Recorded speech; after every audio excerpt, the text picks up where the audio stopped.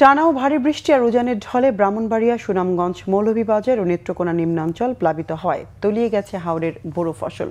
মৌলভীবাজারে এবার বোরোর ভালো ফলন হলো। সোনালী ধান কাটার আগেই টানা বৃষ্টি আর পাহাড়ি ঢলে একমাত্র ফসল তলিয়ে গেছে পানির নিচে। মৌলভীবাজার জেলার হাকালুকি হাওর, হাইল হাওর, কাউয়াদিঘি হাওর সহ ছোট বড় সব কয়টি হাওরের বোরো ফসল এখন পানির নিচে। এতে হাওরের ব্যাপক ক্ষতি হয়েছে।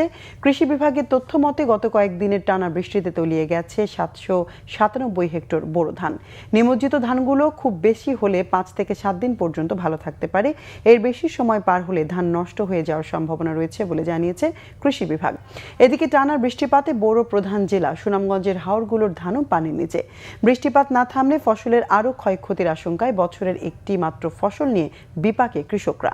বন্যা পূর্বাভাস কেন্দ্র জানিয়েছে, অতিবৃষ্টি ও পাহাড়ি ঢলে সুনামগঞ্জের 10 উপজেলার হাওরের ফসল পানিতে তলিয়ে ব্যাপক ক্ষয়ক্ষতি হয়েছে।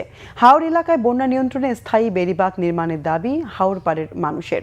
এদিকে ব্রাহ্মণবাড়িয়ায় টানা কয়েকদিনের বৃষ্টির পর অবশেষে স্বস্তি ফিরেছে। আজ সকাল থেকে বৃষ্টি না হওয়ায় হাওর অঞ্চলের পানি কিছুটা কমতে শুরু করেছে। এতে দ্রুত পাকা ধান কেটে ঘরে তুলছেন কৃষকরা। এর আগে বৃষ্টি ও উজানের ঢলে জেলার হাওর এলাকার 600 বিঘা জমির পাকা ধান তলিয়ে যায়।